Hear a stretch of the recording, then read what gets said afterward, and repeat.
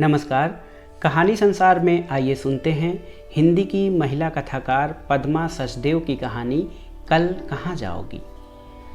सुबह की पहली किरण की तरह वो मेरे आंगन में छन्न से उतरी थी। उतरते ही टूटकर बिखर गई और उसके बिखरते ही सारे आंगन में पीली सी चमकदार रोशनी कोने कोने तक फैल गई थी। खिलखिलाकर जब वो सिमटती तो रोशनी का एक घना बिंदु आंगन के बीचों बीच लरजने लगता और उसकी बेबाक हंसी से आंगन के जूही के फूल खुलकर अपनी खुशबू बिखेरने लगते थे। उसका नाम था प्रीत। मैं उसे प्रीतो कहती थी। हुआ यूं कि मेरी एक बड़ी पुरानी सहेली अपने घर जा रही थी। मेरे पति विदेश गए थे। घर वैसे भी काटने को दौड़ रहा था। मेरी सहेली ने प्रस्ताव रखा कि प्रीतो को कुछ दिन मैं घर में रख लूं, तो मैंने फौरन हाँ कर दी। मेरी सहेली का दायां हाथ थी प्रीतो। उसके किंडरगार्टन स्कूल के बच्चे उसे तीतो कहकर स्कूल में घुसते और वो उनकी प्रीत आंटी हो जाती। प्रीतो को प्रीत कहलवाने का शौक था। स्कूल से लेकर तकिए के गिलाफ तक का काम प्रीतो के सुपुर्द था। पर जब छुट्टियों में मैडम घर जाने लगी तो प्रीतो को साथ ले जाना उनकी हिसाबी बुद्धि को ठीक न लगा। मेरी ये सहेली बचपन से ही दबंग थी। एक बार गोलगप्पे वाले से उसका झगड़ा हुआ और मैडम की चप्पल की मार से वो भाग गया था। तब से हम उसे मैडम ही कहते थे। उसका असली नाम भूल ही गए। 2 दिन पहले ही मैडम प्रीतो को लेकर मेरे घर आ गई थी। जब मैडम ट्रेन पर बैठी तो प्रीतो, जो उसका राई रत्ती संभाल कर दे रही थी, थककर चूर हो चुकी थी। आते ही जब 2 सैरेडान खाकर वो सो गईं। दूसरे दिन अभी घर में चहलकदमी की आवाज़ें आनी शुरू हो गई थी। बाथरूम का पानी धुआंधार बहने की आवाज़ आई। लोहे की बाल्टी में खुले नल का पानी शोर कर रहा था। बिस्तर में आंखें मीचे मीचे मैं जोर से चिल्लाई, प्रीतो। जी मैडम। वो जैसे सर पर ही खड़ी थी। खबरदार जो तुमने मुझे मैडम कहा। मैं झल्लाकर उस पर बरस पड़ी तो वो मासूमियत से बोली, तो फिर क्या कहूँ मैडम जी। पहले ये नल बंद करो और तुम मुझे दीदी कह सकती हो। वो मुझसे कब आकर लिपट गई मैं ये जान ही न पाई। दीदी दीदी कहकर उसने सारा घर बुझा दिया। फिर उसके अतीत की चंद पोटलियाँ पल भर में ही मेरे सामने बिखरी पड़ी थी। प्रीतो अकेली बेटी थी, 3-4 भाइयों की अकेली बहन। पर उसका बाप जो बढ़ई से ज़्यादा शराबी था, उसने इसके जरा सा बड़ा होते ही इसे नंबरदार के बेटे को ब्याह दिया था। उसे पुराना दमा था।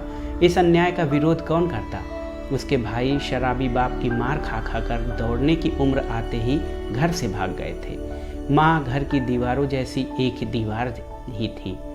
भगवान की करनी, सुहागरात के दिन ही दूल्हे महाशय को दमे का ऐसा दौरा पड़ा कि अस्पताल ले जाना पड़ा। सुहाग शैया पर बैठी बैठी प्रीतो सोई रही। सुबह लोगों ने कहा कुलच्छनी ने आते ही पति पर वार कर दिया। पता नहीं नंबरदार के इस नाम का क्या होगा। इसका पाँव तो जानलेवा है। तभी हमारी मैडम वहाँ पहुँच गई और शौहर के मरने से पहले ही उसे घर ले आई। सारे गांव के मुकाबले में वो अकेली ही थी, पर दबंग ऐसी कि उसे देखते ही नंबरदार हुक्का छोड़ उठ खड़ा हो जाता था। इसी दबंगता की वजह से आज तक उसकी शादी न हो पाई थी। ऐसी ख्याति थी कि पुरोहित भी उसकी जन्मपत्री लेकर कहीं जाने को राजी न होता, सो कुंवारी ही रह गई। प्रीतो की आंखों में तैरते सपने मैडम ने बड़ी आसानी से पोंछ डाले और शहर में आकर बच्चों का किंडरगार्टन खोल लिया। प्रीतो को जो सहारा मिला तो उसने अपना सारा मन बच्चों में ही लगा दिया। मैडम उसे प्यार भी करती हैं, पर मजाल है जो कभी पता चलने दें। प्रीतो, जिसने शादी से सुहाग सनी भावरों में शर्मा शर्मा कर पाँव रखे, अग्नि के आगे कसमे वादे करते समय पिघलाती रही, वो प्रीतो कब तक अनुशासन में रहेगी इसका भय मुझे बराबर लगा रहता था। मेरे घर में आते ही जरा सी सहानुभूति उसकी आंखों में फिर से सपने के संदेशे बुनने लगी। सारा काम हंसते हंसते निपटा लेती और सारा दिन कोई 6 बार कंघी करके महा उबाऊ हेयर स्टाइल बनाती रहती। बिंदी लगाने का उसे बड़ा ही चाव था। मैंने एक दिन कहा, प्रीतो तू बिंदी लगाकर मिटा क्यों देती है। उदास होकर बोली, वो जो मर गया है, पर दीदी मेरा मन बिंदी लगाने को करता है। मैंने कहा, उससे तेरा क्या वास्ता है, ये कोई शादी थोड़ी ही थी। वो उत्साहित होकर बोली, यही तो मैं कहती हूँ, पर मैडम हमेशा टोक देती हैं। कहती हैं लाल बिंदी सिर्फ सुहागिनें लगा सकती हैं, तुम काली बिंदी लगाया करो। हाँ दीदी, काली बिंदी तो लगा ही सकती हूँ, और अब उसे मरे 1 साल तो हो ही गया, अब उसका प्रेत मुझे तंग नहीं कर सकता। ये कहकर वो हंस पड़ी। वो कहने लगी, दीदी अगर वो जिंदा रहता तो मैं गांव कभी न छोड़ती। शादी से पहले एक बार उसने रास्ते में मेरा हाथ पकड़कर कहा था, कसम खा प्रीतो, मुझे कभी छोड़ कर न जाओगी। मैंने कसम खाकर कहा था, कभी नहीं। तभी किसी के कदमों की आहट हुई और उसने मेरा हाथ छोड़ दिया था। उसके घर वाले कहते हैं, हमें पता था ये ज़्यादा दिन न रहेगा, हमने तो शादी इसीलिए करवा दी थी कि प्रेत बनकर हमें तंग न करे। मेरा गला उन्होंने काटना था सो काट दिया। मैंने कहा, प्रीतो तू तो अभी 20 की भी नहीं हुई, ऐसी बातें क्यों करती है? तेरी किसी से बात से नहीं लगता तू शादीशुदा हो चुकी है, तेरी शादी हो चुकी है। ये जोग तो तुमने मैडम की संगत में लिया है जानबूझकर, इसे छोड़ना होगा। दीदी पति को लेकर जो सपने मैं बुना करती थी उनका राजकुमार ये तो न था। वो सपने बड़ी बेरहमी के साथ मेरी आंखों से पोंछ दिए गए। अब उस नई स्लेट पर कोई न रोज आकर मिट जाता है, कोई मूरत बनती ही नहीं। मैंने उसे बड़े प्यार से पूछा, तुम्हें कोई अच्छा लगता है प्रीतो? नहीं, पर जी चाहता है मैं किसी को अच्छी लगूं। हाथ पाँव में मेहंदी, मांग में सिंदूर, लाल जोड़ा और सुरमई आँखें, इनके साथ अगर सुहाग होता है तो मेरा भी हुआ था। पर सुहाग तो पति के साथ होता है और वो मैंने देखा ही नहीं। प्रीतो, मैडम का किंडरगार्टन तू ही तो संभालती है, अगर तुझे कोई अच्छा लगे तो क्या सब छोड़ जाएगी? पता नहीं दीदी, पर मैडम क्या ये बात कभी सह पाएगी? यही तो बात है, मैडम का मुझ पर पूरा भरोसा है, इसी से मुझे डर लगता है कि कहीं कोई अच्छा न लगे। मैडम तो मैडम, बच्चों के माँ बाप भी मुझे पर भरोसा करते हैं। मैडम को तो सबके नाम नहीं आते हैं, फिर अगर एक दिन अपने हाथ से बनाकर न खिलाऊं तो मैडम खाती ही नहीं। 2 महीने कब निकल गए पता ही न चला।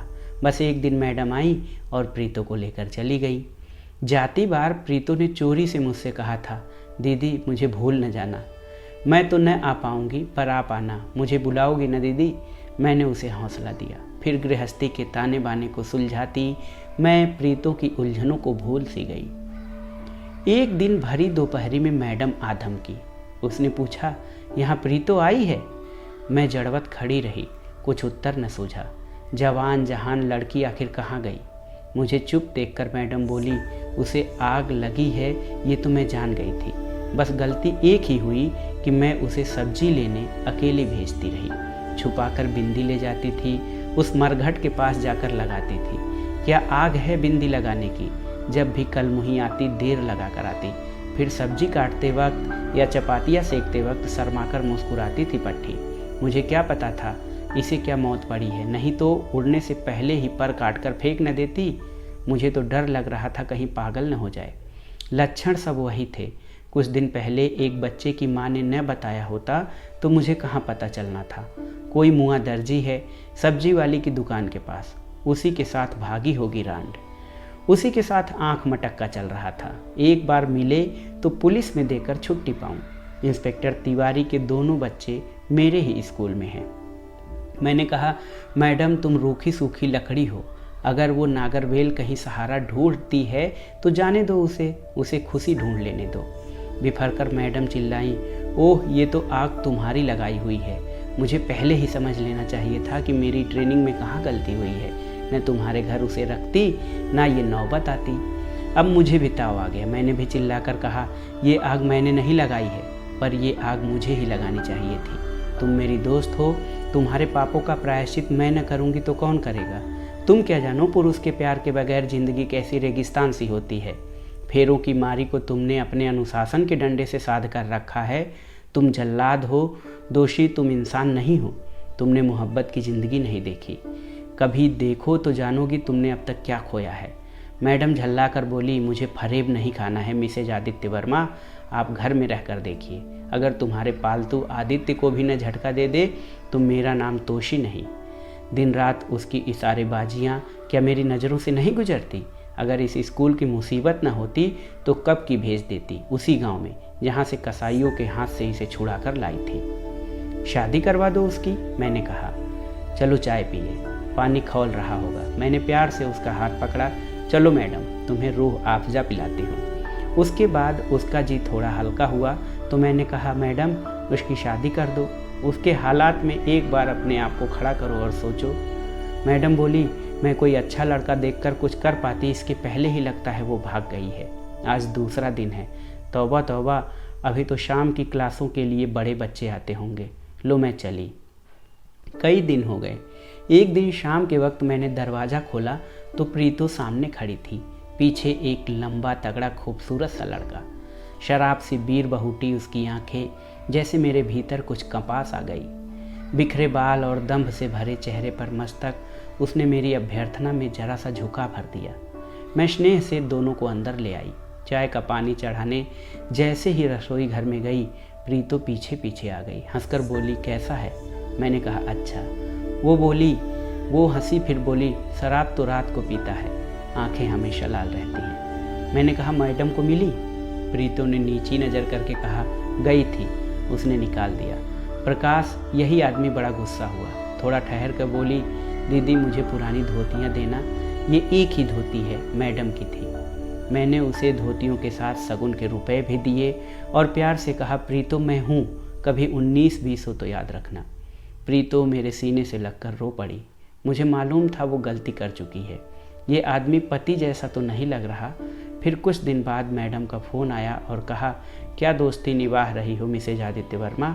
कल तुम्हारी वही साड़ी पहने प्रीतो मिली थी जो हमने साथ साथ कॉलेज के मेले से खरीदी थी। देखना कहीं साड़ी से कभी आदित्य को भुलावा न हो। आदित्य? मैं चौंकी। ये मैडम कितनी संग दिल है। उसके दूसरे ही दिन प्रीतो फिर आई, पर अकेली।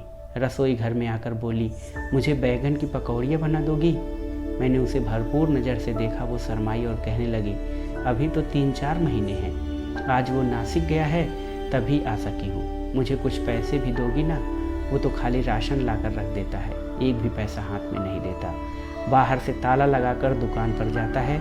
फिर अचानक खुश होकर बोली, वहाँ एक खिड़की है जिसमें से कूदकर मैं कभी कभी निकल जाती हूँ, पर एक दिन पड़ोसिन ने उसे बता दिया था। उस रात उसने मुझे बहुत मारा था। मैंने उसकी ओर देखे बिना पूछा, कोई शादी का कागज़ है तुम्हारे पास? बोली, नहीं, शादी तो मंदिर में हुई थी। पैसे लेकर प्रीतो चली गई। 3-4 बरस उसका कोई पता न चला। एक दिन मैडम ही कहीं से खबर लाई थी कि उसका पति उसे बहुत मारता है। एक दिन देवर ने छुड़ाने की कोशिश की थी सो उसे भी मारा और प्रीतो को घर से निकाल दिया। वो तो पड़ोसियों ने बीच बचाव करके फिर मेल करा दिया। मैं थोड़ी दुखी हुई। फिर सोचा, बच्चे हैं, बच्चों के सहारे औरतें रावण के साथ भी रह लेती हैं। इसी तरह एक शाम आई, साथ लाई कुछ मेहमान। आदित्य बाजार से कुछ सामान लाने गए थे, तभी दरवाजे की घंटी बजी। दरवाज़ा खोला तो एक अजनबी औरत अपने फूल से 2 बच्चों को थामे खड़ी थी। मैंने कहा, प्रीतो? वो बच्चों की उंगलियां छुड़ाकर यूँ लिपटी जैसे इस भरी दुनिया में उसे पहचानने वाली सिर्फ मैं अकेली थी। मैंने उसे छुड़ाते हुए कहा, प्रीतो घर में मेहमान हैं, आओ अंदर चलो। बगैर भूमिका बांधे प्रीतो ने कहा, दीदी वो चला गया है दुबई, घर भी किसी और को दे गया, सिर्फ आज रात मुझे रह लेने दो। मैंने कहा, प्रीतो ये मेहमान आज ही आए हैं, तुम्हें कहाँ सुलाऊंगी, फिर बच्चे भी हैं। प्रीतो ने कहा, इन्हें लेकर मैं बरामदे में सो जाऊंगी, कल सवेरे यहीं मैंने किसी को मिलना है, वो मेरा कोई इंतज़ाम करने वाले हैं। मैडम मुझे किसी आश्रम में भेजना चाहती हैं। मैंने कहा, तुम मैडम के घर क्यों नहीं गई? वो कभी भी नहीं रखेंगी दीदी, और फिर मैं आश्रम नहीं जाना चाहती हूँ। पर क्यों? अगर कभी इनका बाप आया तो? मेरी आंखों के आगे आदित्य का चेहरा घूम गया। मैडम की कही हुई बात भी याद आ गई। एक रात उनकी मर्जी के बगैर भी रख सकती थी, पर प्रीतो को ये पूछने का साहस उस्मान न था कि कल कहाँ जाओगी।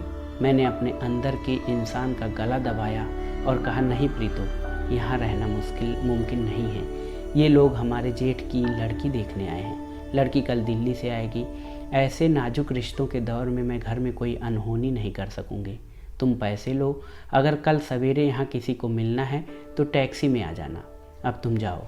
मैंने उसके दोनों बच्चों को उंगली से लगाया। दरवाजे के बाहर जाकर चौकीदार ने टैक्सी मंगवाई और बच्चों के साथ प्रीतो को बैठते देखा। उसकी पसीने से तर हथेली में कुछ नोट खोंच दिए। घर आकर दरवाज़ा बंद कर लिया। ये दरवाज़ा मैंने प्रीतो के लिए बंद किया था या अपने लिए, ये न जान पाई। रात भर मुझे चौराहों के ख्वाब आते रहे फिर कई दिन मैं दीवारों से पूछती रही, कल कहाँ जाओगी। तो दोस्तों, ये बहुत ही मार्मिक और भावपूर्ण कहानी थी। ये कहानी थी पद्मा सचदेव की कल कहाँ जाओगी। बहुत ही मार्मिक, एक ऐसी लड़की की कहानी जिसका न कोई ठौर था न ठिकाना, और वो एक महिला, भद्र महिला के संपर्क में आई। लेकिन जो लेखिका हैं, ये आत्मकथात्मक है कहानी, अंत में ये खुद भावुक हो जाती हैं कि उसका क्या ठौर ठिकाना है, वो कल कहाँ जाएगी। और इसी पे ये कहानी लिखी गई है कि कल कहाँ जाओगी। कहानी आपको कैसी लगी